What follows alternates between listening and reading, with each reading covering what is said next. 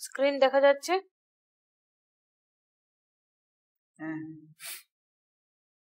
শুরু করে দিলাম, যারা জয়েন করবে পরে করবে।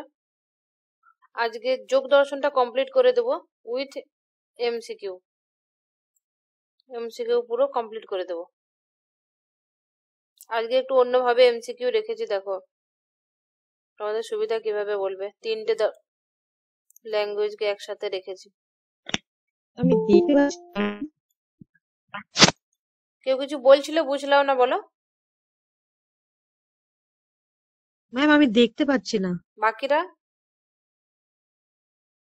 দেখতে পাচ্ছ? আমি দেখতে পাচ্ছি। ফের জয়েন হও।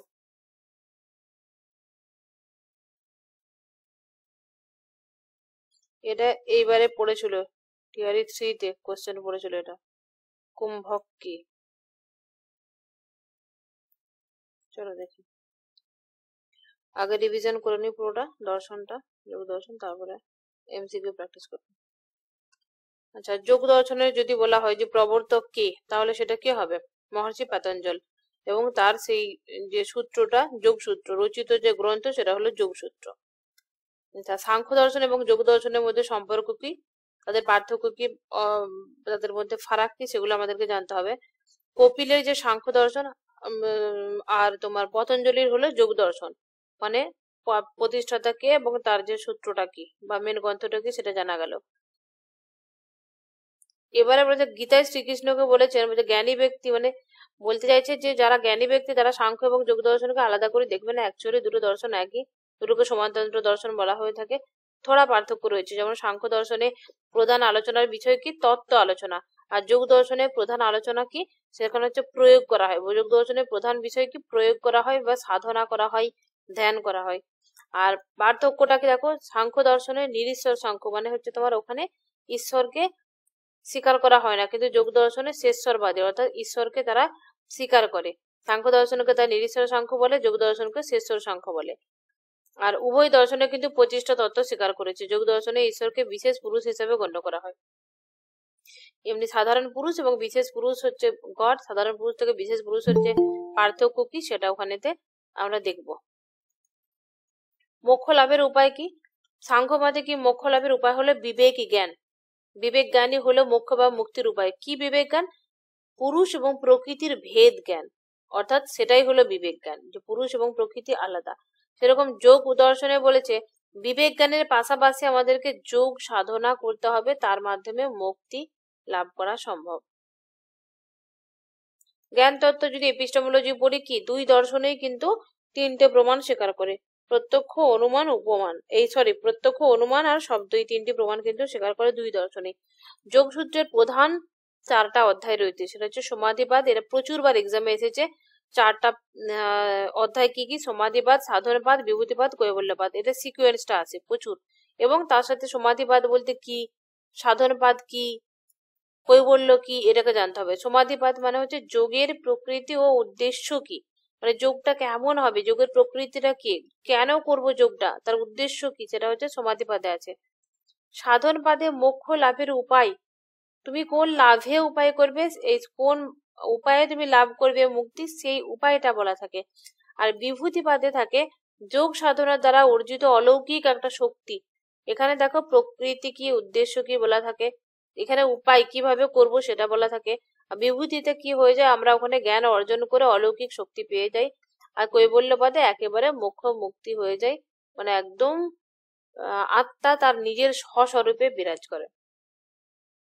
যোগ দর্শনে ঈশ্বরের স্থান যদি বলি, যোগ দর্শনে ঈশ্বরকে আলাদা করে স্বীকার করে এবং বিশেষ পুরুষ হিসেবে স্বীকার করে। পুরুষের থেকে, সাধারণ পুরুষের থেকে তাদের মধ্যে কিছু পার্থক্য রয়েছে, যেমন পঞ্চক্লেশে ক্লিষ্ট থাকে সাধারণ পুরুষ, জন্ম মৃত্যু এসব থাকে সাধারণ পুরুষের, সেগুলো তোমার ঈশ্বরের থাকে না। আমরা বিশেষ পুরুষ ঈশ্বর তার থাকে না, তাই এদেরকে শেষশ্বর সাংখ্য বলা হয়ে থাকে, ঈশ্বর মানছে বলে।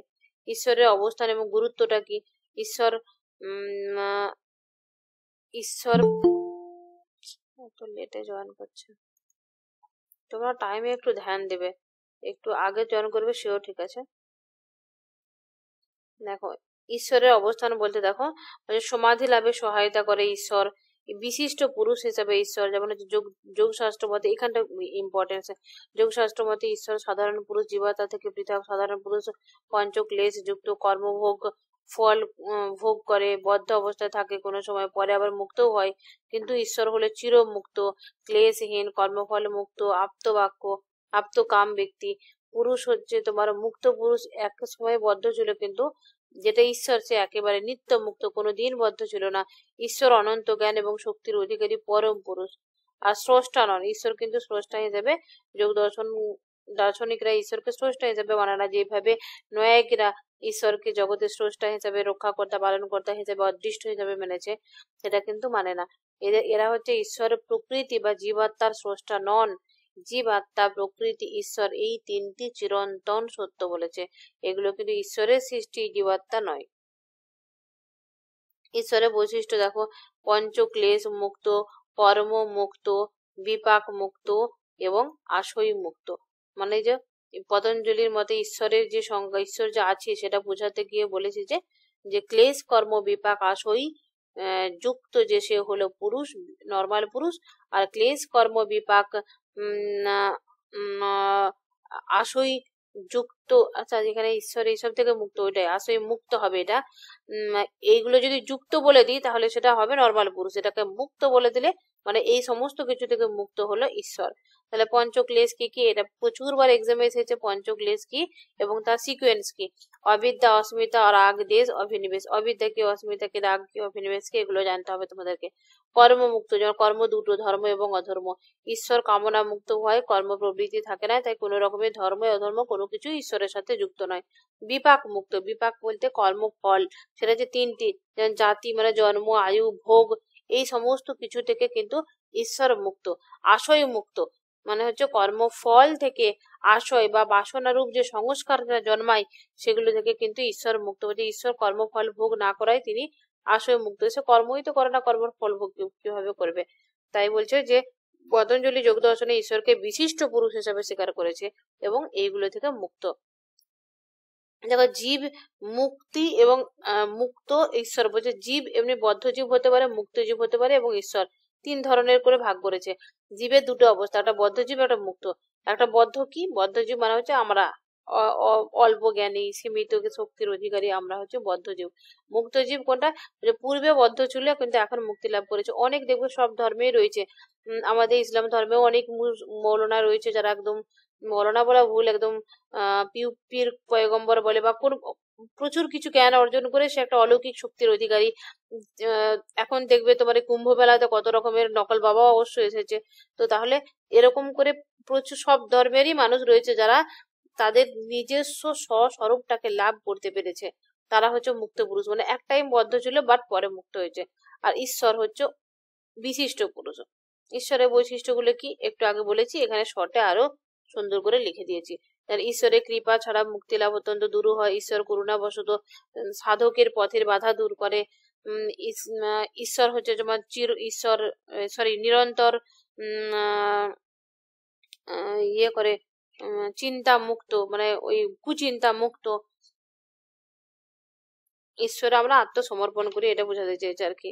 পরম পুরুষ ঈশ্বর, তার সমকক্ষ নর্মাল কোনো কিছু আত্মা কিন্তু তার সমকক্ষ নয়, তার নর্মাল আত্মার সঙ্গে ঈশ্বরের পার্থক্য রয়েছে। ঈশ্বর সদা মুক্ত, কোনোদিনও বদ্ধ ছিল না। এরকম করে যে বৈশিষ্ট্য বললাম সেগুলো। ঈশ্বরের অস্তিত্ব যে রয়েছে সেটা দেখো, ঈশ্বরকে মানছে, ঈশ্বরের অস্তিত্ব। এখানে কিন্তু দুই রকম একটা মানে বিরুদ্ধ মত দেখতে পাবে। একবার বলছে যে বেদ কর্তা রূপে ঈশ্বর, বেদ তৈরি করেছে ঈশ্বর। আবার একবার বলছে বেদে পড়েছি যে ঈশ্বর আছে। তার মানে একবার কারণ একবার কার্য, একই জিনিস দুবার হচ্ছে। এই জন্য এদেরকে কিন্তু অনেক আবার ক্রিটিকও করেছে, আপত্তিও জানিয়েছে। বলছে চক্রক দোষে দুষ্ট বলছে। একবার বলছে যে বেদক্ত রূপে ঈশ্বর, বেদ কর্তা রূপে ঈশ্বর, মানে হচ্ছে তোমার বেদটাকে রচনা করেছে ঈশ্বর বলছে। আবার পরে বলছে যে আমরা এই বেদেতে পড়েছি, প্রামাণ্য আছে যে ঈশ্বরের অস্তিত্ব রয়েছে। সেই জন্য অনেকে আপত্তিও করেছে এটা নিয়ে। দেখ কত ডিটেলসে যাওয়ার দরকার নেই, এটুকু আমাদের জানলে হবে যে এরা হচ্ছে ঈশ্বরের অস্তিত্ব মানে। সর্বোচ্চ স্তর শিকারের যুক্তি, ধরো আমাদের কম বেশি এরকম থাকে না, কম মধ্যম সর্বোচ্চ। তো এইভাবে যদি পরিমাণগত ভাবে দেখি, বা শক্তির জ্ঞানের দিক থেকে যদি দেখি, সর্বোচ্চ জ্ঞানের অধিকারী, সর্বোচ্চ পরিমাণের অধিকারী বা সর্বোচ্চ স্তরের যে অধিকারী সে হচ্ছে ঈশ্বর।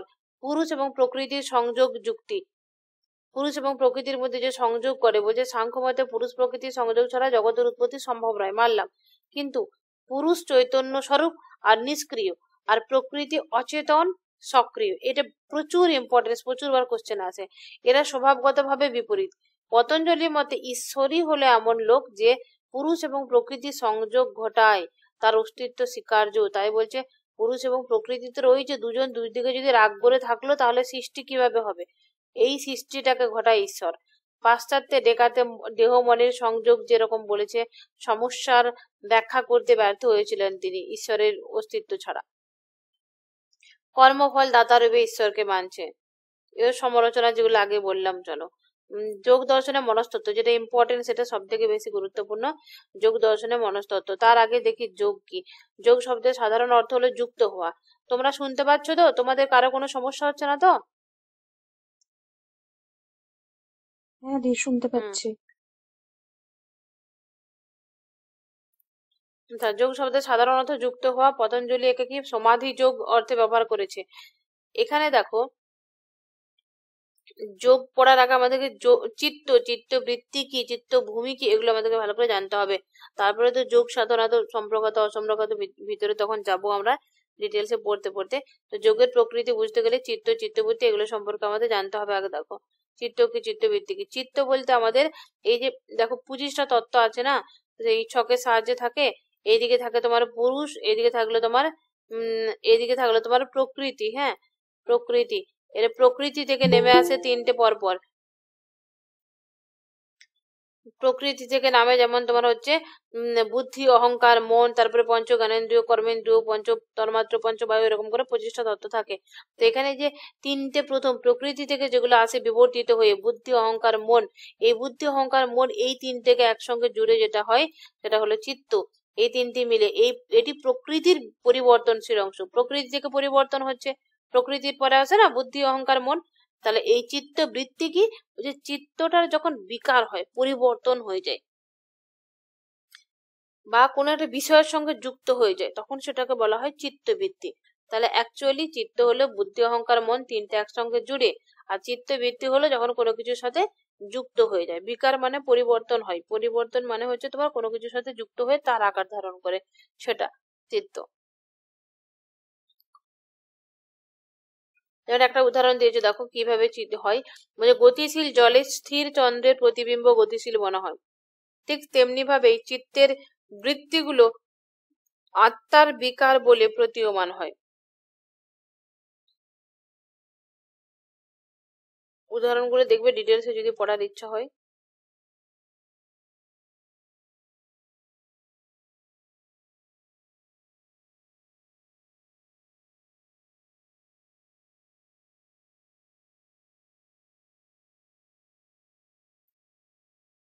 ডিটেলসে নিচে ভালো করে রয়েছে। দেখো, যোগ মতে চিত্ত হচ্ছে 5 প্রকার। এই 5 প্রকার চিত্ত কি? প্রমাণ, বিপর্যয়, বিকল্প, নিদ্রা, স্মৃতি। প্রমাণ হলো মানে ওই যে তিনটে প্রমাণ, প্রত্যক্ষ, অনুমান, শব্দ, এগুলোর মাধ্যমে আমরা জ্ঞান অর্জন করি, যথার্থ জ্ঞান লাভ করি, সেগুলো হলো প্রমাণ। বিপর্যয় মানে হলো ভ্রান্ত জ্ঞান বা মিথ্যা জ্ঞান, যে রজ্জুতে সর্বভ্রম হয়, তোমার ওই শুক্তিতে রজত ভ্রম হয়, ওইগুলো হলো তোমার বিপর্যয়। আর বিকল্প হলো শব্দাশ্রয়ী জ্ঞান, মানে বিকল্প মানে এক, মানে যেটা বাস্তবে বিরাজ করে না। সোনার কুসুম, আকাশ কুসুম, সোনার পাথর বাটি, এই ধরনের যে উদাহরণগুলো যেগুলো বাস্তবে অস্তিত্ব নেই, অথচ আমরা বলি সোনার পাহাড়, এইগুলো তাহলে শব্দেই আশ্রয়। মানে এই যে জ্ঞানটা সোনার পাহাড়, এটা এই জ্ঞানটা শুধুমাত্র শব্দেতেই থাকে, এর আশ্রয় শব্দই বা আমাদের মুখের ভাষায় বর্তমানে বা প্রকৃতিতে বিরাজ করে না, সেটা হচ্ছে বিকল্প।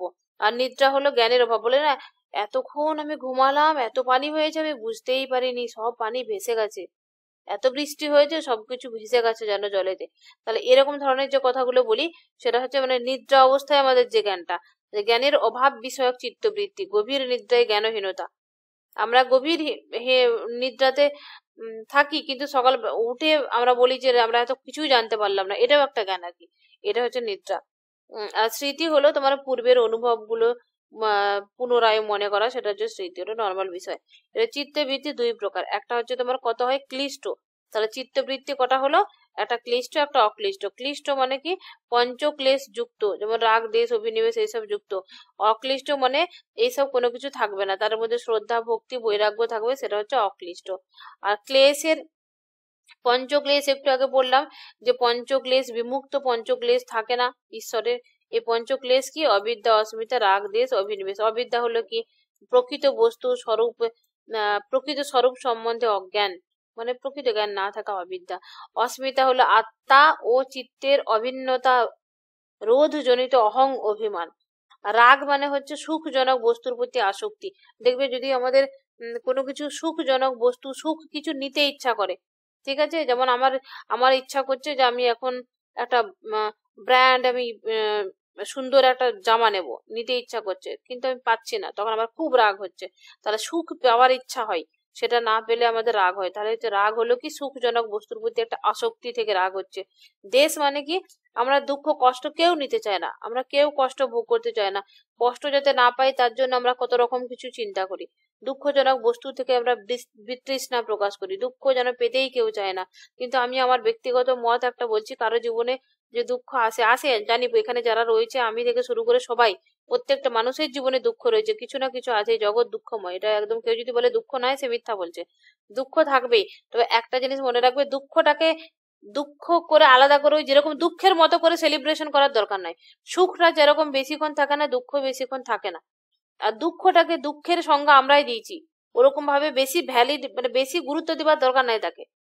দুঃখটা যেমন হচ্ছে হচ্ছে হোক, মনে কষ্ট হচ্ছে হচ্ছে হোক, ওই কষ্ট নিয়ে কাজ করা, কষ্ট নিয়ে জীবনে চলা, ওই দুঃখটাকে নিয়ে উপভোগ করা, মানে দুঃখটাকে উপভোগ করতে শিখো। সুখটাকে যেরকম উপভোগ করা হয়, কোনো কিছু শুনতে, কোনো কিছু ভাবতে ভাবতে যেমন হাসি, যেমন সুখ ফিল হয়, সেরকম কোনো কিছু ভাবতে ভাবতে কাঁদবো, সেটাও নর্মাল করে নাও। কেঁদেছি কেঁদেছি, কষ্ট হয়েছে কেঁদে নিলাম একটুখানি, ব্যাস, আবার পড়তে বসে পড়ো। এরকম মানসিকতা যখন নিয়ে চলে আসবে না, তখন জীবনটা দেখবো অনেক সহজ হয়ে গেছে। আর অভিনিবেশ হলো মরণ ত্রাস বা মৃত্যু হয়।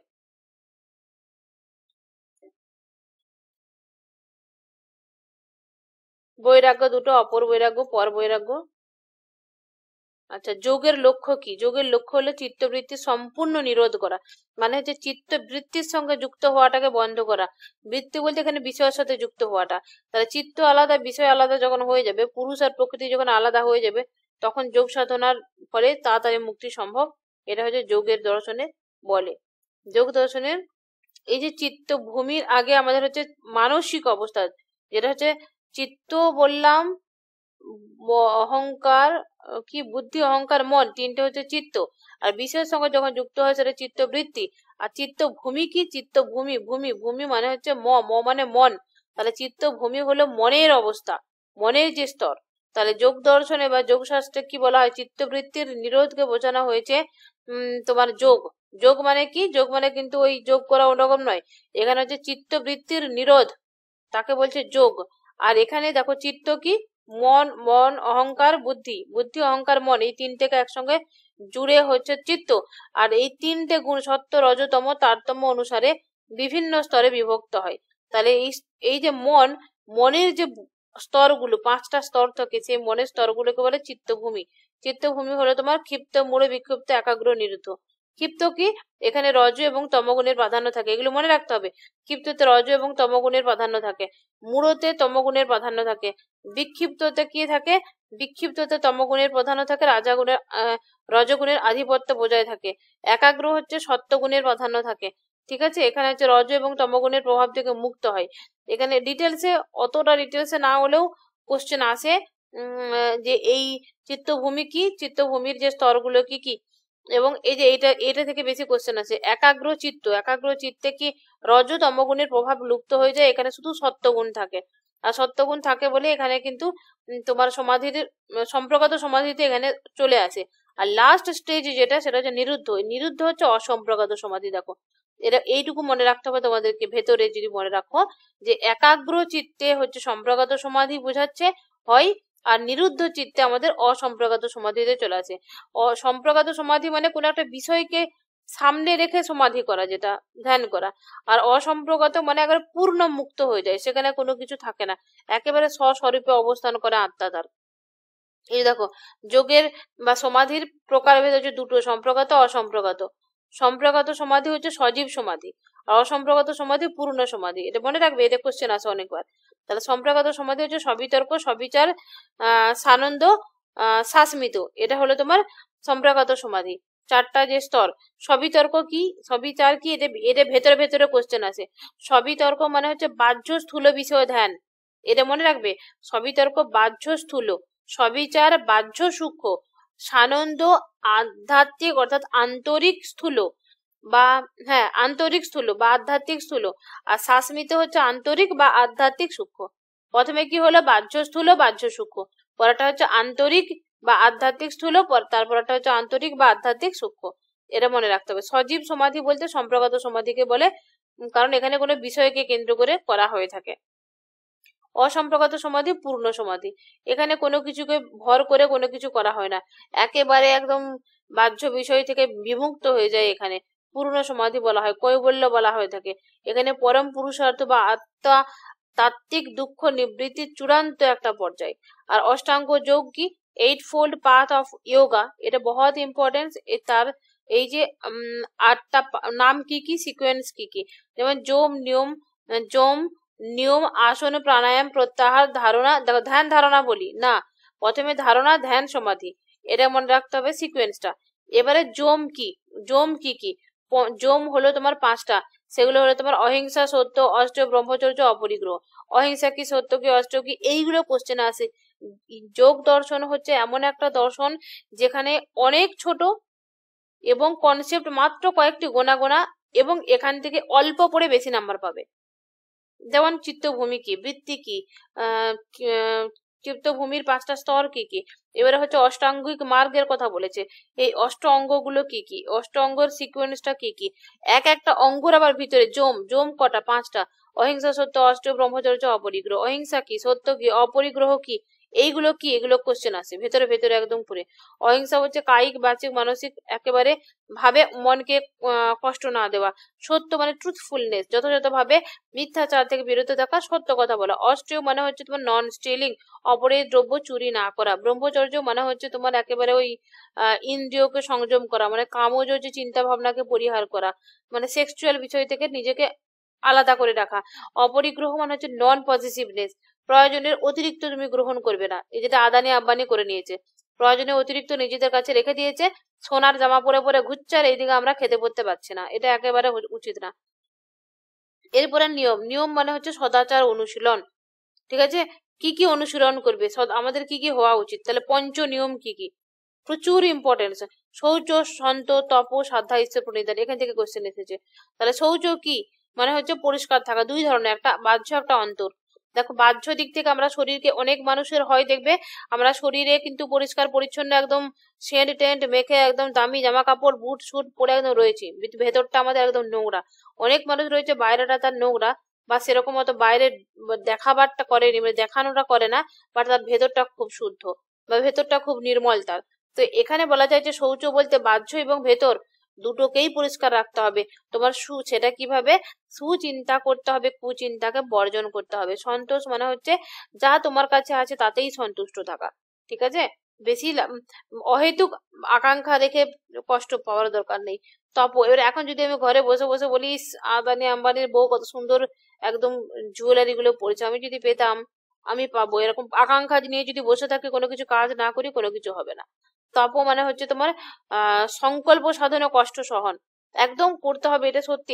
এটা ধর্মের মতো করে বলেছে যে উপবাস করো, স্বল্পাহার করো, কঠিন শয্যা গ্রহণ করো। আমি আমার মতো করে বলছি যে কষ্ট সহন, একটু আগে বললাম না যে যদি কষ্ট আসে জীবনে, প্রত্যেকটা মানুষের জীবনে আসে, যারা কষ্টতে থেমে যায় তারা জীবনে কিছু করতে পারে না। কষ্ট আসে, কষ্টটাকে কিন্তু মানে সয়ে নাও তো, দুঃখটা যেরকম করে সুখটা যেরকম করে ফিল করো, দুঃখটাকে ভেতরে সয়ে নাও। তুমি যত সইবে তত তোমার ভেতরে সয়ে যাবে। দুঃখ আর একদিন তোমাকে স্পর্শ করতে পারবে না, দুঃখ আর দুঃখ দিতে পারবে না যদি তুমি সইতে শিখে যাও। এরপর হচ্ছে সাধ্যায় হচ্ছে তোমার মোক্ষ শাস্ত্র অধ্যয়ন করা। মোক্ষ শাস্ত্র কি, আমরা কোরআন পড়বো, গীতা পড়বো, বাইবেল পড়বো, যে যার ধর্মগ্রন্থ যার যেটা ভালো লাগে সে সেটা পড়ে সেগুলোকে অধ্যয়ন করে এবং আমাদের চিন্তায়, আমাদের কাজে, আমাদের আশেপাশে সেগুলোকে ছড়ানোর ক্ষেত্রে আমাদের কাজে লাগতে হবে এবং নিজেকে পড়ে আমাদের নিজেদের কাজে লাগাতে হবে। ঈশ্বর প্রণিধান মানে ঈশ্বরের প্রতি একেবারে নিজেকে সমর্পণ করে দেওয়া। একটা একটা আমি বিবেকানন্দের একটা কথা খুব মানি আমার, যে বলছে যখন তুমি কোনো কিছু পারছো না, তোমার সমস্যা, তোমার সামনে প্রচুর সমস্যা, ঠিক আছে, তোমার দ্বারা সেটা সমাধান সম্ভব হচ্ছে না, বা এমন কোনো কাজ আছে যেটা তোমার দ্বারা সম্ভব হচ্ছে না, তখন তুমি নিউট্রাল থাকো, ছেড়ে দাও। বা এমন হতে পারে ডেলিম্মা, জীবনে তুমি এটা গ্রহণ করবে কি ওটা করবে, বা এটা করবে কি ওটা করবে, এরকম যদি থাকে, ধরো কোনো একটা কোর্স, কোনো একটা পরীক্ষা, বা জীবনের কোনো একটা মানুষকে জীবনে চুজ করতে হবে, কোনো একটা কাজ চুজ করতে হবে, যে কোনো জায়গাতে যখন হচ্ছে না তোমার দ্বারা, তখন তুমি সেটা সময়ের উপরে ছেড়ে দিবে, সময় ঠিক করে দেবে। একদম প্রকৃত যেটা সত্যি তোমার জন্য সেটাই তোমার জন্য আসবে। তো সেটাই হচ্ছে তোমার একেবারে ঈশ্বরের প্রতি ভরসা করে ছেড়ে দাও। সময় বলতে এখানে ঈশ্বরের সাথে তুলনা করতে পারো সময়কে। তো এখানে ঈশ্বরের প্রতি সমর্পণ করে দেওয়ার কথা বলছে। আসন, আসন মানে কি বুঝতে পারছো? ওই যে যে ধরনের মন এবং শরীরকে সুস্থ রাখার জন্য আমরা করি, পদ্মাসন, শীর্ষাসন, যোগ যেগুলো, প্রাণায়াম, এটা প্রচুর ইম্পর্টেন্ট। সেখান থেকে কোশ্চেন আছে, এই 3টে লাইন বা 3টে লাইন থেকে 30 বার কোশ্চেন চলে এসছে যে কোনো এক্সামে। শ্বাস প্রশ্বাস নিয়ন্ত্রণকে বলা হয় প্রাণায়াম। প্রাণায়াম বলতে আমরা কিন্তু সেই ধ্যান বা প্রাণায়াম বলতে আমরা যোগ টোগ অনেকে বুঝে নিই, মানে ওই পদ্মাসন শীর্ষাসন করাগুলোকে না। প্রাণায়াম বলতে প্রাণ বায়ু, শ্বাস বায়ুটাকে নিয়ন্ত্রণ 3 প্রকারের হয়ে থাকে, একটা পূরক, রেচক, কুম্ভক। ঠিক আছে, পূরক মানে মানে শ্বাস নিলাম, পূরণ করে নিলাম, পেটটা ভরে নিলাম, পূরক। রেচক মানে রেচক পদার্থ, বর্জ্য পদার্থ বলি, সেটা ছেড়ে দেবো, শ্বাসটা ছেড়ে দেবো, সেটা হচ্ছে রেচক। আর কুম্ভক হলো তোমার স্থগিত রাখা। আচ্ছা, 5টা জম আমাকে কেউ বলতে পারবে এখন? বলো তো দেখি 5টা জম কি কি, 5 প্রকার। সৌমেন বলো 5টা জম কি কি? বিনিতা, সাইফুল দিদি বলো। ব্রহ্মচর্য অপরিগ্রহ। আসলে তোমরা পড়ছো না, ঘুমাচ্ছ, তার জন্য কোশ্চেনটা করলাম। আমি অন্ধকারে বসে আছি দিদি, আগে পড়েছি ওর জন্য বলে দিলাম। আচ্ছা ঠিক আছে। এরপর হচ্ছে তোমার প্রত্যাহার। প্রত্যাহার হচ্ছে ইন্দ্রিয় সংযম, বাহ্য বিষয় থেকে মন সরিয়ে অন্তর্মুখী রাখা। আর মানে এখানে দেখো, বাহ্য বিষয় বলতে অনেকে কি করা হয়, আমি নিজের উদাহরণই দিচ্ছি।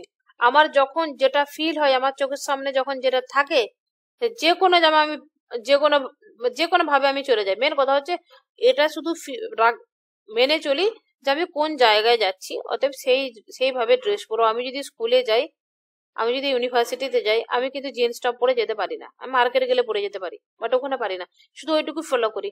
আমি কতটা ব্র্যান্ড পরবো, কোনটার সাথে কোনটা সেট হচ্ছে, মানে বাহ্য বিষয়গুলোর দিকে যদি যে কোনো, আমি ওটা বিশ্বাস করি, বাহ্য বিষয়গুলোর দিকে যদি তুমি বেশি ধ্যান দাও না, তোমার আসল কাজটাই হবে না।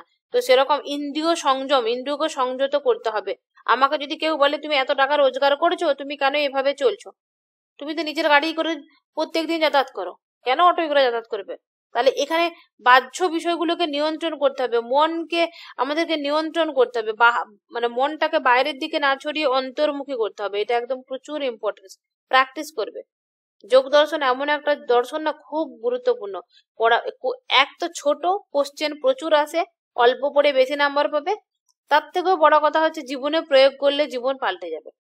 এরপর হচ্ছে ধারণা। ধারণা হচ্ছে নির্দিষ্ট ধ্যেয় বস্তুতে চিত্ত নিবেশ, বাহ্য আভ্যন্তরীণ বিষয়, যেমন দেবমূর্তি, নাভি, মানে হচ্ছে সে যখন ধারণা মানে করে না, অনেকে দেখবে বলে যে কপালে যেখানে টিপ করে ওটা চোখটা বন্ধ করে ওইটার দিকে তাকাও। অনেকে বলে নাকটার দিকে তাকাও, চোখটা বন্ধ করে ফিল করো নাকটার দিকে তাকাচ্ছে, এরকম করে করো। ওইগুলোকে বলতে চাইছে আর কি ধারণা। নির্দিষ্ট ধ্যেয় বস্তুতে চিত্তটাকে নিবেশ করা।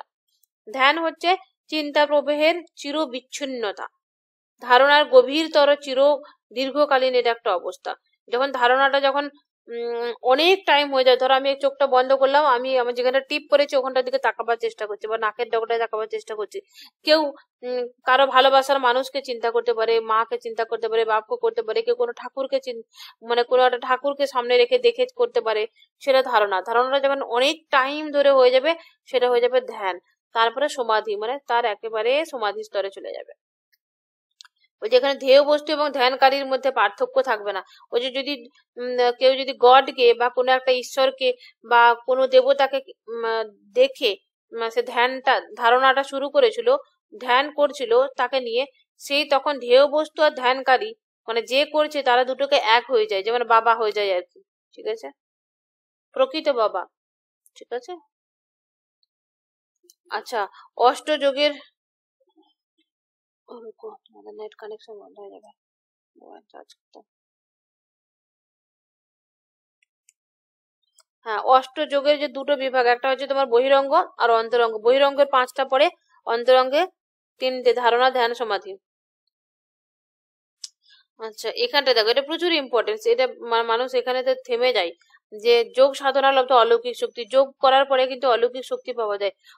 আমি অনেক গল্প আমাদের ওখানেও শুনেছি মৌলানাকে দিয়ে, বা যেমন এখন বর্ধমানে যেটা বাগেশ্বর ধাম যেটা দেখায় আর কি, ও শক্তি কিন্তু অর্জন করে ফেলেছে, যেটা দিয়ে ও করতে পারে। বুঝে, যোগ সাধনার মাধ্যমে অর্জিত অতি প্রাকৃত শক্তিগুলোকে যোগ বিভূতি বলে, যোগ বিকৃতি বলে। ঠিক আছে, মানে একটা অলৌকিক পাওয়ার পেয়ে যায়। সেই পাওয়ার গুলো বিভিন্ন টাইপ হতে পারে, এবং কোন ধরনের কোন পাওয়ারটা অর্জন করলে সে কি করতে পারে দেখো। বলছে অনিমা, লঘিমা, মহিমা, প্রাকাম্য, ঈশিত্ব, বসিত্ব, দিব্য কর্ণ, দিব্য দৃষ্টি। মানে এখানে হচ্ছে দেখো, অনিমা মানে শরীরকে অণুর মতো ক্ষুদ্র করে মানে ভেদ করতে পারে। তারপরে হচ্ছে লঘিমা, লঘিমা মানে শরীরকে বায়ুর মতো হালকা করে। অনেক দেবে আজগুবি গল্প শুনেছি যে পানির মধ্যে হেঁটেছিল ও নাকি, বা কেউ বলে পানির নদীটার কে 2 ভাগ করে দিয়েছিল যুদ্ধের সময় রাস্তা দেওয়ার জন্য। এগুলো অলৌকিক শক্তিগুলো এই ধারণা বা ধ্যানের মধ্য দিয়ে কিন্তু অর্জন করা সম্ভব। মহিমার দ্বারা কি হয়, শরীরকে পর্বতের মতো বিরাট বড় করে নিতে পারে। প্রাকাম্য মানে হচ্ছে ইচ্ছা মতো বস্তু পরিবেশ সৃষ্টি করতে পারে। ঈশিত্ব বলতে অন্যের উপর কর্তৃত্ব অর্জন করতে পারে। ঠিক আছে, এখন আমার মনে হচ্ছে যে ভালো করে ধ্যান ধারণা করে ঈশিত্ব করে অন্যের উপর কর্তৃত্ব ফলাবো। কারো মনে হতে পারে যে আমার শরীরকে বিরাট করে নেব, কারো মনে হতে পারে আমার আশেপাশের পরিবেশটা আমার নিজের মতো তৈরি করে নেব। তাহলে এরকম ধরনের তোমরাও নিজেদের মতো করে করো যোগ, আর এক একজন যার যেটা লাগবে সে সেটা করে নাও। এরপরে যে দিব্যকর্ণ, দিব্য দৃষ্টি মানে বহু দূরের শব্দগুলোকে শুনতে পাই। যেটা এরা কোন দর্শনের কার সাথে যুক্ত বলো তো? ন্যায় দর্শনের কার সাথে যুক্ত? শ্যামার লক্ষণ, জ্ঞান লক্ষণ যোগজের সাথে যুক্ত হচ্ছে, যোগজের সাথে যুক্ত। ইয়াস। এবারে একটা কথা হলো, বলছে যারা প্রকৃত জ্ঞান অর্জন করে, যারা প্রকৃতই যোগী, তারা কিন্তু এই সব অলৌকিক শক্তিগুলোকে তারা ব্যবহার করে না, তারা এই অলৌকিক শক্তির পিছনে পড়ে না। অনেক মানুষ রয়েছে দেখবে এখন বর্তমানে, হতে পারে অলৌকিক শক্তি কিছু কিছু অর্জন করেছে, তারা উল্টো পাল্টা কাজে লাগায়। বলে না, বশীকরণ করছে, একে ওরকম করছে, ওকে ওই দিকে করছে, এই ধরনের কথাগুলো অনেকে বলে যে ওই দিকে চলে যায়, মানে বশীকরণ করে বা কোনো কিছু করে এ ধন সম্পদ অর্জন করা বা বিরাট বাহুল্য জীবন যাপন করা, ওই দিকেও অনেকেও চলে যায়। আর যারা প্রকৃতই যোগী, যারা প্রকৃতই একদম জ্ঞান অর্জন করে ফেলে, তারা এই মোহ ত্যাগগুলো, এগুলোও কিন্তু একটা মোহ। ধরো যে আমি এখন ফিল করছি যে আমি এমন জ্ঞান অর্জন করব, এই যে ঈশিত্বতে চলে আসবো, লোকের উপরে কর্তৃত্ব ফলাবো। ঠিক আছে, টাকার মধ্যে চলে আসবো, আমি একটা বিরাট বাড়ি গাড়ি তৈরি করে নেব। ঠিক আছে, বা আমি শরীরকে আমি অনিমা চরে চলে আসবো, শরীরকে ক্ষুদ্র করে চারদিকে ঘুরবো। কারো মনে হতে পারে আমি আকাশে ঘুরবো, লঘিমা হয়ে যাবো, যে আকাশে উড়োজাহাজের মতো নিজের একটা পাখা নিয়ে ঘুরবো। তাহলে এরা এইভাবে বলেছে।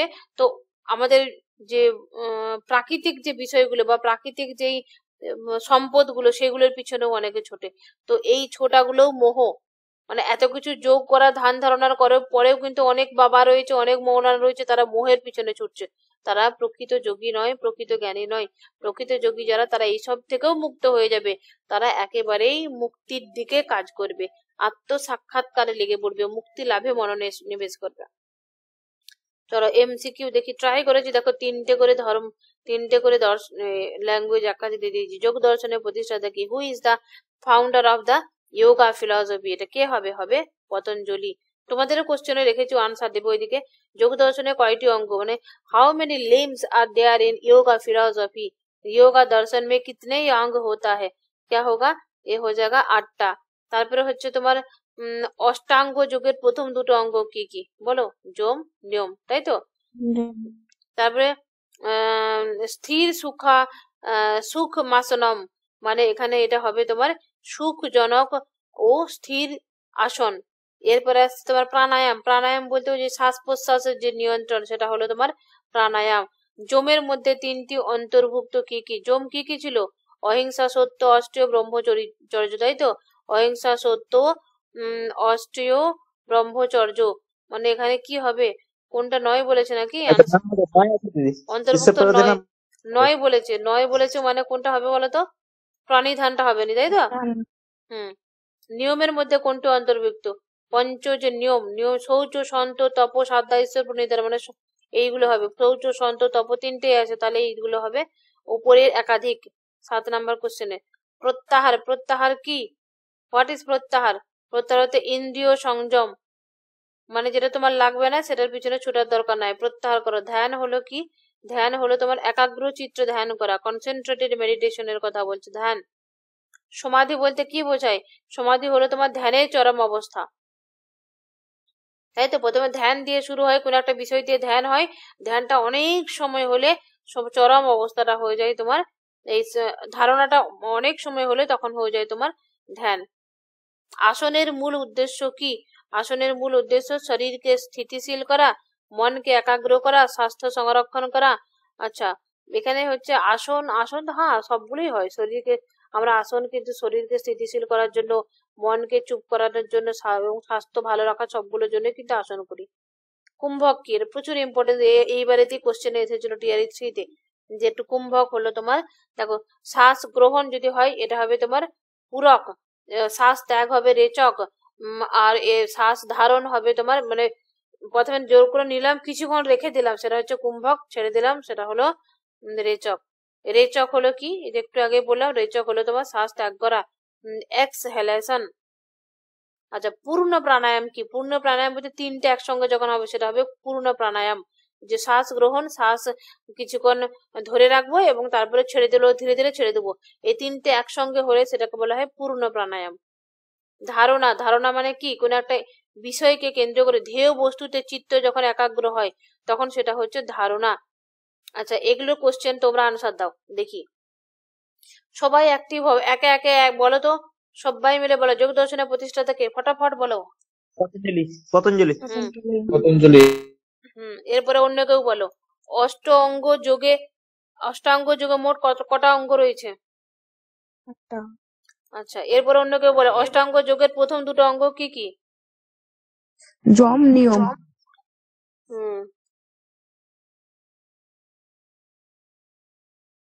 ছাড়ো। প্রাণায়াম কি বলো? শ্বাস প্রশ্বাস নিয়ন্ত্রণ। যমের মধ্যে কোনটা অন্তর্ভুক্ত নয়? নিয়মের মধ্যে কোনটা অন্তর্ভুক্ত?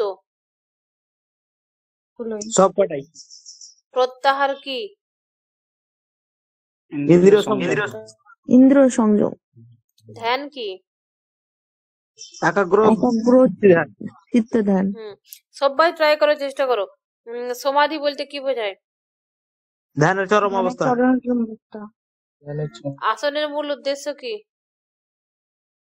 স্বাস্থ্য সংরক্ষণ। না, তিনটাই হবে তো? সবগুলোই হবে। জনি বলো কুম্ভক কি?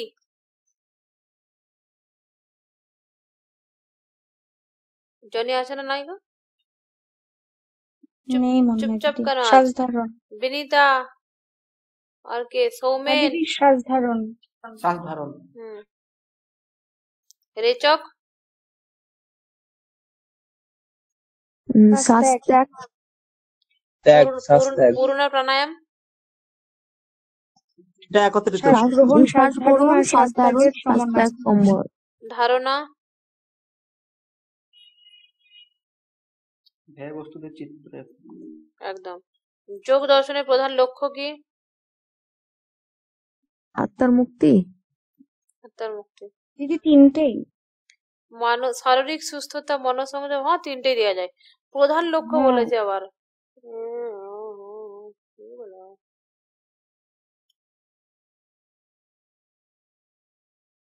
আত্মার মুক্তি তো অবশ্যই, তিনটেকেই দিয়ে দেবে এরকম কোশ্চেন করলে। যোগ শব্দের অর্থ কি? যুক্ত হওয়া। পতঞ্জলি দিদি এখানে কতটি যোগসূত্র রচনা করেছে? 192। নিয়মের মধ্যে কোনটা অন্তর্ভুক্ত? আপো পতঞ্জলি যোগসূত্রের প্রধান উদ্দেশ্য কি? চিত্তবৃত্তি নিরোধ। চিত্তবৃত্তি নিরোধ। হুম, এখানে আনসার দিয়ে দিয়েছি। দিদি বলো।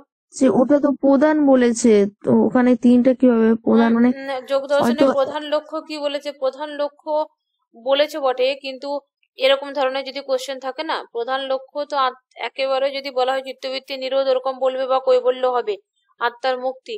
কিন্তু যেহেতু আত্মার মুক্তি, শারীরিক সুস্থতা, মনসংযম সবগুলোই তার সাথে যুক্ত হচ্ছে, তো কোশ্চেন এরকম হয়তো হালকা ভুল থাকতে পারে। এর প্রধানটা না দেওয়া উচিত ছিল, তাহলে অংশটা অবশ্যই উপরে তিনটে বা উপরে একাধিক হতো। কিন্তু তারপরেও যদি এরকম কোশ্চেন আসে, আমি বলছি এই আনসার ডি করবে। যদি এইটা ভুল, এই কোশ্চেনটাই যদি চলে আসে, ডি করবে, কারণ এটা 99% নেওয়ার প্রবাবিলিটি থাকে। এরকম ধরনের কোশ্চেন অলরেডি এসেছে। আর কোশ্চেন ইংলিশ ভার্সনে প্র্যাকটিস করাবেন, বাংলা তো আমাদের কাজে লাগছে না। ইংলিশ ভার্সনও দিয়ে দেবো, আগে দিয়ে দিয়েছি না? কোশ্চেন গুলো এখানে তো রয়েছে তিনটে করে, সেম কোশ্চেনই রেখেছি, যে কোশ্চেন গুলো লিখে দিয়েছি না। হোয়াট ইজ রেচক, নর্মাল তো একদম, ওই জন্য বাংলায় বলে দিলাম। What is the main purpose of the asana, what does samadhi mean. বেশি লাগছে দিদি, 3 রকম করে, একরকমই ভালো ছিল। কোশ্চেন করে দেবো। আমি ট্রাই করছিলাম যে কেমন হয় তিনটেকে একসঙ্গে রেখে। যাক, তোমাদের লাস্ট আমি আলাদা করে রেখেছি। না এটা সুবিধাও আছে, সুবিধা আছে অসুবিধাও আছে, কারণ তিনটে একসঙ্গে রেখলে তোমাদের নোটসটা প্রচুর মোটা হয়ে যাবে বা অনেক রকমের সমস্যা হবে। না থাকলে তো অনেকগুলো শব্দ জানতে পাবো না, তো এই জন্য এখানে তো হয়তো তোমাদের বাংলা তো জানি, ইংলিশটা জানতে পারছি না। তোমাদের এখন ক্লাস নোটসে বা এইভাবে এখানে দিয়েছি, বাট তোমাদের যে মেন ফাইনাল যে বুক আসবে না, ওখানেতে দেবো না। বাংলা ভার্সনেতে শুধু বাংলাতেই থাকবে সব, আর ইংরেজি ভার্সনেতে শুধু ইংরেজি থাকবে। তবে একটা সুবিধা, একটা ছোট আছে দিদি, ওর জন্য আমাদের ইংরেজিটা তো বেশি লাগছে না বাংলার থেকে। হ্যাঁ, তো ইংরেজি কিনে নেবে। যার বাংলা দরকার হবে সে বাংলা বই কিনবে, যার ইংরাজি দরকার হবে সে ইংরাজি বই কিনবে, যার হিন্দি হবে হিন্দি। তিনটে ভার্সনে বুক বেরোচ্ছে। আর একটা জিনিস, হ্যাঁ, চেষ্টা করেছি তথ্যগুলো বা নোটস গুলো সেম, মানে একই জিনিস একই ভাবে লিখতে। ধরো একটাই কথা বিভিন্ন ভাবে লেখা যায়, তো আমি এই কোশ্চেনটা কি বা এই নোটটাকেই আমি হিন্দিতে করেছি, এটাকেই বাংলায় করেছি, এটাকে ইয়েতে করেছি, ইংরাজিতে করেছি। তাহলে এখানে সুবিধাটা কি, যার হিন্দি পড়ার, ইংরাজি পড়ার, বাংলা পড়ার ইচ্ছা হবে, বা কেউ চাইতে পারে আমি দুটো ভার্সন নেব, বাংলা থেকে ইংরাজি শিখবো বা ইংরাজি থেকে বাংলা করা শিখবো, তাহলে সে দুটো বই কিনে নেবে দুটো ভার্সনের। যার একটাতে হয়ে যাবে সে একটা কিনবে, যার যেটা ইচ্ছা। অতএব ওই জন্য একসঙ্গে তিনটে ভার্সনেরই তিনটে আলাদা আলাদা বই বার করবো। আর একসঙ্গে আর করব না, একবার ভুল করেছি, ওই বইটাতে প্রচুর হয়েছে, টাইম নিয়ে এই জন্য বার করছি, বা টাইম নিয়ে বার করব যতটা সম্ভব ঠিক করে। আর পরিমাণ বইটা প্রচুর মোটা হয়ে যাবে, দুটো ল্যাঙ্গুয়েজ করা বোকামো আর করব না। চলো ঠিক আছে, আজকে যোগ দর্শন পুরোপুরি কমপ্লিট হয়ে গেল। আপনাকে হ্যাঁ বলেছিলাম যে দুটো বই না করে আলাদা আলাদা করলে বেশি হবে। তখন বলেছিলে, বাট বেশিরভাগ মানুষের চাহিদা ছিল দুটোকে একসঙ্গে করা। যাক, একটা করলাম, ওটাও ঠিক আছে, যাদের যেটা ইচ্ছা হবে পড়বে। আর স্পেশালি ওটা বাইরে বিহার, ঝাড়খণ্ড, ইউপি, ওদের জন্য ওই বইটা প্রচুর কাজে লাগছে। বইটা নিচ্ছো, পড়ছো। ও বইটা এডিট ভার্সন বার করবো আবার। এই তিনটে বই বার হয়ে গেলে ওই বইটা এডিট করব, কারণ তোমরা যে বইটা পেয়েছো না, দেখবে বইটার মধ্যে প্রচুর কোশ্চেনের উত্তর নাই। তবে এরপরেও আমি কিছু কিছু কোশ্চেনের উত্তর রাখবো না ইচ্ছা করে, যাতে পড়তে পড়তে আনসারটা খোঁজার জন্য অন্তত বইয়েতে যে ঢুকে বা এমসিকিউ প্র্যাকটিস করে, সেই হিসেবে একটা একটা করে কোশ্চেনে ইচ্ছা করে উত্তর আমি মিউট করে দেবো। আর তবে হ্যাঁ, কিছু কিছু জায়গায় অনেক ভুল আছে, যেগুলো আমি এডিট করে বার করবো। এই তিনটে বই বের করার পরে ওই বইটা এডিট করব। চলো ঠিক আছে, তোমরা পড়াশোনা করো তোমাদের মতো করে। ক্লাস থামিয়ে দিলাম। হ্যাঁ ঠিক গুড নাইট। দিদি বলছিলাম যে পরীক্ষা নিবে বলছিলে রবিবার, তো হ্যাঁ একটু যদি কয়েকটা দিন পিছিয়ে দিলে ভালো হতো, পিছিয়ে একটা দেবো, দিন। তাহলে পরের রবিবারে নেব। তবে একটা জিনিস আমি আশা করছি, ইন্ডিয়ান ফিলোসফির প্রত্যেকটা মানুষকে কিন্তু মানে 99% নাম্বার পেতে হবে। স্পেশালি পিছনের ব্যাচে যারা আছো, তোমাদেরকে কিন্তু গণদলাই দেবো যদি ভুল হয়। মানে দুবার করে রিভিশন হয়ে গেছে তোমার, ফার্স্ট থেকে একেবারে বেদ উপনিষদ থেকে শুরু করে একদম বেদান্ত পর্যন্ত পুরোটা হবে। যোগ দর্শন তো হয়ে গেল, এরপরে মীমাংসার বেদান্ত, আর 3টে ক্লাস লাগবে। 3টে ক্লাসে পুরো ইন্ডিয়ান ফিলোসফি কমপ্লিট হয়ে যাবে। তোমরা বাকিরা কি বলছো? এই সপ্তাহে নেব পুরো, মানে 80 নাম্বারের, করে দাও দিদি। 80 নাম্বারের এক্সাম নেবো। এই সপ্তাহে নেবো না পরের সপ্তাহে নেবো? টাইম নিয়ে যদি বলো যে টাইম নিয়ে পড়বে আর 1 সপ্তাহ, তাহলে আর 1 সপ্তাহ টাইম দেবো, বাট ভালো করে পরীক্ষাটা দিতে হবে। যত তাড়াতাড়ি নেবেন দিদি ওটাই ভালো, কারণ দেরি তো আমরা পড়ছি না, যত নেবেন সেটাই পড়ছি, সেটা কাজে আজকে কি লাগছে। বার বলো তো? আজকে বুধবার। বুধবার তো বৃহস্পতি শুক্র শনি, 3 দিন। 3 দিন হয়ে যাবে। এই তুমি একটু বেশি বেশি পড়ো, যদি না হয় তো মাঝে অন্য কোনো দিন ক্লাস বাদ করে পড়িয়ে নিয়ে একটু নেবো। তো সময় লাগবে না একটু পড়ার জন্য, তাই জন্য বলছিলাম। শনিবার তুমি শেষ করবে, তারপরে পিডিএফ গুলো পাবো, তারপরে তো ঠিক পড়বো। আছে মানে ঠিক আছে ঠিক শনিবারে আছে, যেটা পরের রবিবারে তোমাদের ফুল ফুল মার্কসের এক্সাম নেবো, 80 নাম্বারের পরের রবিবারে নেবো। এই রবিবারেও এক্সাম নেবো, যতটা পড়ানো হবে ততটার ভিতরে। আর পরের রবিবারে তোমার একদম পুরো সিলেবাসটার উপরে নেবো, বুঝলে সাইফুল? পড়া বন্ধ করা যাবে না, টার্গেট রাখবে। আমি কিন্তু ফার্স্ট সেকেন্ড থার্ড অ্যানাউন্স করব, কার কত নাম্বার পাচ্ছ একদম লিস্ট আমি দিয়ে দেবো। আর আমি দেখবো অবশ্য, মন দিয়ে ভালো করে পড়াশোনা করতে হবে সবকে। বললাম যে 90% নাকি করেছে, এই ব্যাপারটা একটু যদি বলতা। আরে ওই ডোমিসাইলের পিছনে ছুটো না, কিচ্ছু হবে না। এখন বোর্ড আছে সামনে, ও ডোমিসাইল চেঁচাচ্ছে এখানে, মানে বিহারের লোকেরা, যে ডোমিসাইল করতে হবে, মানে তারা আর্জি জানিয়েছে। বাট আমার মনে হয় একটা সুযোগ তোমরা তো পাবে, টিআরই 5 তক তো নিয়ে নেবে, ডোমিসাইল করবে না, আমার যেটা মনে হয়। তো ঝেড়ে পড়ে যাও, ডোমিসাইলের পিছনে ভাবো না, ঝেড়ে পড়ে যাও, পরীক্ষার জন্য রেডি হয়ে থাকো। আর এটা ভাবো যদি ডোমিসাইল হয়েও যায়, ঠিক আছে, এতটা পড়ে নিজেকে রেডি থাকো, আমাদের ওয়েস্ট বেঙ্গলে আসবে, এক্সাম হবে, এসএসসি আসবে। এসএসসি এলে আমাদের সাবজেক্টে প্রচুর সিট আসবে, 300 থেকে 400, কেন 400 500 পর্যন্ত সিট আসতে পারে আমাদের সাবজেক্টে। শুধু 300 তো এক কথায় চোখ বন্ধ করে আসবে, কারণ পুরো স্কুলগুলো সব বন্ধ আছে। আর আজ ভোটের আগে আসবে নোটিফিকেশন, অতএব ঝেড়ে পড়ে রাখো, নিজে পড়ে তৈরি থাকো, কখন কি হবে হবে। আর ডোমিসাইলের জন্য হয় চিন্তা হবে, জানার ইচ্ছা হচ্ছে, কারণ এটা স্বাভাবিক হওয়াটা। ডোমিসাইল লাগোয়া কোনো কিছু হবে না, আর হওয়ার মতো কোনো কিছু দেখতে পাচ্ছি না এখানে। আমাদের এখানেও তো অনেক ধর্মঘট করে, ধর্নাই করে, ঝামেলা করে, হয় কি কোনো কিছু সেরকম? এখানে কিছু মানুষ করছে, কিন্তু করাটা ভুলও বলবো না, আবার ভুলও বলবো। কারণ দেখো একটা জিনিস, কতটুকু জেনারেলে কতটুকু পাচ্ছি, তাতে ওদের হচ্ছে না। আরে অল ইন্ডিয়ার মানুষ আমরা, কেন যে ডোমিসাইলের পিছনে ছুটছে জানি না। কোয়ালিটি এডুকেশন চাই, তোমাদের বিহার ফুটে গেছে একদম, বিহারে কিচ্ছু নাই। ক্লাস 11-12 এর মেয়েরা রিডিং পড়তে পারেনি, MY মাই না বলে MY মি বলছে, NOW নাও না বলে NOW নো বলছে, ঠিক আছে। পশ্চিমবঙ্গের অবস্থা ভালো নাই। হ্যাঁ হয়ে গেছে এখন বর্তমানে, মানে আগে ছিল, এখন বিহারটা পশ্চিমবঙ্গ হয়ে উঠছে, আর পশ্চিমবঙ্গটা বিহার হয়ে উঠছে, অ্যাকচুয়ালি তাই। এখানে বিহারের টিচার নেওয়া হচ্ছে, এবং প্রচুর আসছে, পড়াচ্ছে, এদের স্টুডেন্ট গুলোর কোয়ালিটি বাড়ছে, আর আমাদের ওইদিকে কোয়ালিটি কমছে। বিহারে হচ্ছে দিদি, আমি একটা জিনিস দেখেছি, ওদের হচ্ছে মানে একদম হয় একদম ফার্স্ট ক্লাস স্টুডেন্ট, না হলে হয় একদম লাস্ট ক্লাস স্টুডেন্ট। ওদের না মিডিল ক্লাসে খুব কম হয়, মানে স্টুডেন্ট খুব কম হয় ওদের, একদম তারা হয় 1-2%, হ্যাঁ 1-2%, যেগুলো বিহারে থাকে না, বিহারের বাইরে পড়ে, ঠিক আছে, বিহারের থেকে হয় না, বিহারে ওই পাটনাতে বা বাইরেতে, যে স্পেশালি পাটনাতে কিছু যে পড়ে ভালো ঘরের ছেলেরা, বা গরিব ঘরের ছেলেরাই বাইরে বেরিয়ে চলে যায় পড়ে, ওইটুকুই ব্যাস, ওইটুকুই। তো ওটার মধ্যে ওটাই হয় মানে হুম, আমাদের বাড়ির থেকে কাছে তো বিহারটা, তো তোমাদের ওখানে বাড়ি কোথায়? ওরমই।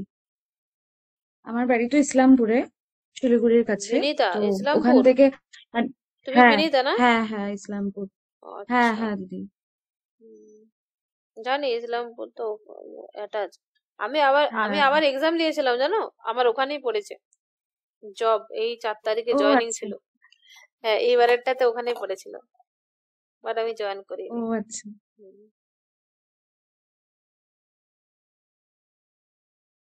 আজকে এক বছর পুরো পূর্ণ হয়ে গেল, আজকের দিনেই জয়েন করেছিলাম। আর এই বছরও আবার 4 ও তারিখে আচ্ছা। দিয়েছিল। দেখতে দেখতে হয়ে গেল 1 বছর পুরো। কারণ হচ্ছে নতুন নিলে কি হবে, আমাকে নতুন প্রসেসের মধ্য দিয়ে আবার যেতে হবে। আর পুরনোটা থাকলে কি হবে, শুধুমাত্র ট্রান্সফার বা কোনো কিছু ওইটাই থাকবে। হ্যাঁ আর হচ্ছে প্রমোশনটাও হচ্ছে কাউন্ট হবে না, তাড়াতাড়ি না এক হবে, হ্যাঁ বছরের হ্যাঁ যে এক্সপিরিয়েন্সটা, হ্যাঁ। হ্যাঁ ওটাও কাউন্ট হবে না। হুম, তো একটা ব্যাপার আছে। ঠিক আছে, চলো, গুড নাইট সবাইকে। হ্যাঁ দিদি, গুড নাইট।